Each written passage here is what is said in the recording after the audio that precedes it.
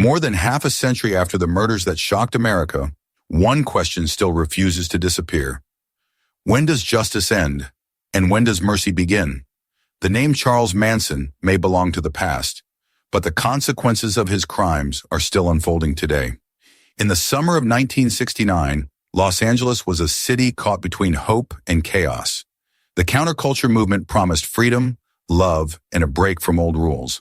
But in the shadows of that dream, a small group was slowly being shaped into something far darker. At the center of it all was Charles Manson, a failed musician with a talent not for music, but for manipulation. He gathered around him a group of young followers, many of them teenagers, vulnerable, searching for belonging, and increasingly dependent on his words. Manson spoke in riddles, borrowed language from religion, pop culture, and his own twisted worldview. Over time, his followers began to see him not just as a leader, but as a prophet. What began as communal living and shared ideals eventually turned into obedience without question. And in August 1969, that obedience turned deadly. On the night of August 8th, members of the group were sent to a house on Cielo Drive. The people inside had nothing to do with Manson personally, yet they became symbols in his mind. Among them was actress Sharon Tate, 8 months pregnant, along with several friends and visitors. By morning, 5 people were dead. The brutality of the scene stunned even experienced investigators. The following night, the violence continued. Another couple, Lino and Rosemary LaBianca, were killed in their home. These were not random acts of violence. Prosecutors later argued they were meant to send a message, to create fear, and to ignite chaos. Manson himself was not present at the crime scenes, but the law would later determine that his role as mastermind made him just as responsible. The arrests that followed revealed a disturbing picture. Young women and men barely out of adolescence calmly described their actions. In court, they smiled, laughed, and sang. To the public, it felt incomprehensible. How could anyone show such detachment after such cruelty?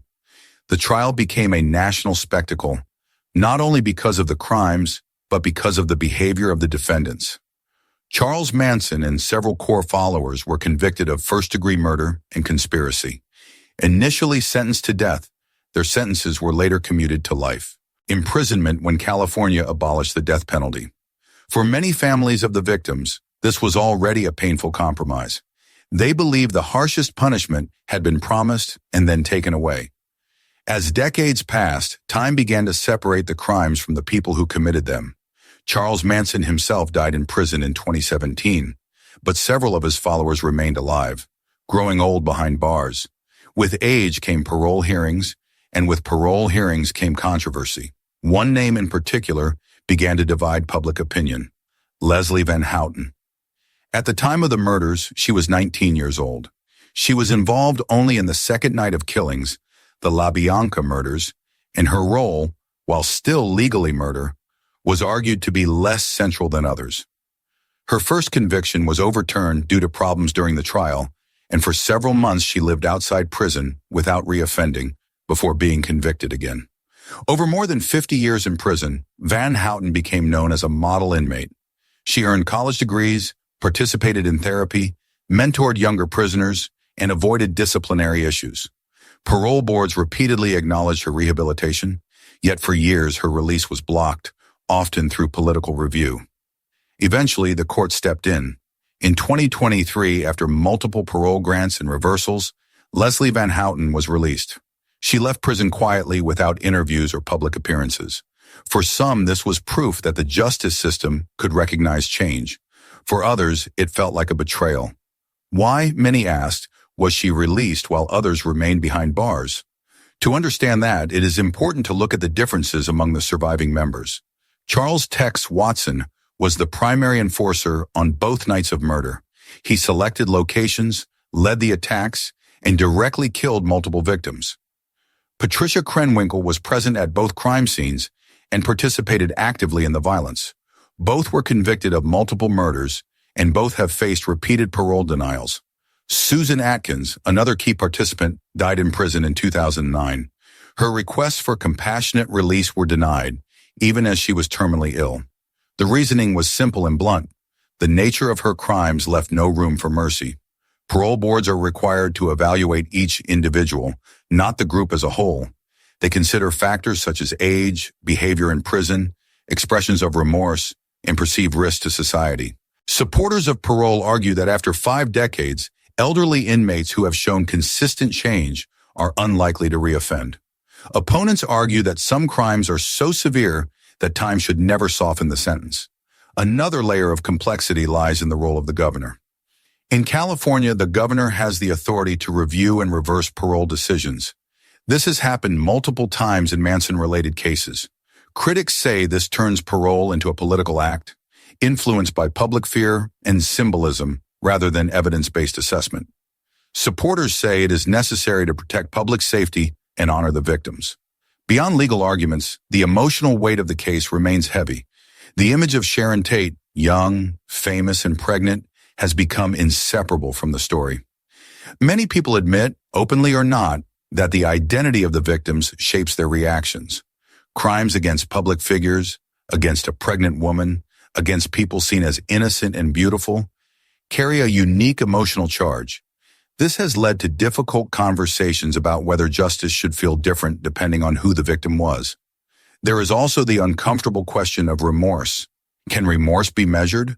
Can it be trusted? Some believe that true remorse reveals self-awareness and reduces the risk of future harm. Others insist it can be performed, learned, or faked, especially by individuals who once lived by manipulation. The Manson case also forces society to confront the issue of cult influence. Many of the followers were young, isolated from family, and psychologically dependent on their leader. This does not excuse their actions, but it complicates the idea of pure free will. At what point does coercion reduce responsibility? And at what point does participation become choice? Today, the remaining imprisoned members are elderly. Their parole hearings continue to reopen old wounds. Victims' families are often required to relive the crimes again and again, speaking against release, defending the memory of those they lost. Some ask whether life sentences should truly mean life, without exceptions or reconsideration. Others look at the broader justice system and point out a contradiction. Violent offenders with no cultural notoriety are sometimes released after far shorter sentences. Why, then, do these cases feel different? Is it because of the crime itself, or because of the story we have told ourselves about it for decades?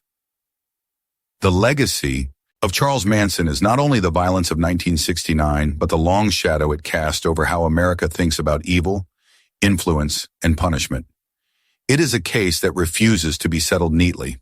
Every parole decision becomes a referendum on values, fear, forgiveness, and trust in institutions. As time continues to move forward, the people involved will eventually all be gone, but the questions they leave behind may remain. Can someone who committed unimaginable harm ever become someone else? Should justice be frozen at the moment of the crime or allowed to evolve with the person? This case reminds us that the law can deliver verdicts, but it cannot deliver closure for everyone. The balance between accountability and rehabilitation is fragile, and once broken, it is difficult to repair.